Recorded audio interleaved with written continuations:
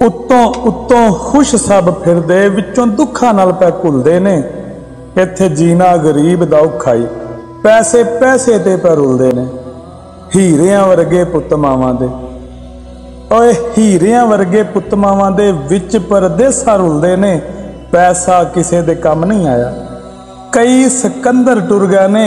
पैसे नाल नहीं रिश्ते लभदे, पैसे नाल नहीं रिश्ते लभदे। कई बादशाह इत्थे रुड़ गए ने।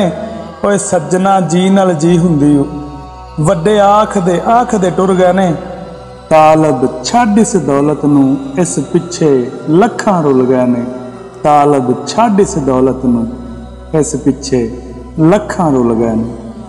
ते इसी साडी अज दी पंजाबी पोइटरी ते इसे तरह की पंजाबी पोइटरी सुनने वास्ते साडा चैनल तालब पंजाब दा सबसक्राइब करो ते वीडियो नूं लाइक शेयर करो। खुश रहो, जिउंदे रहो।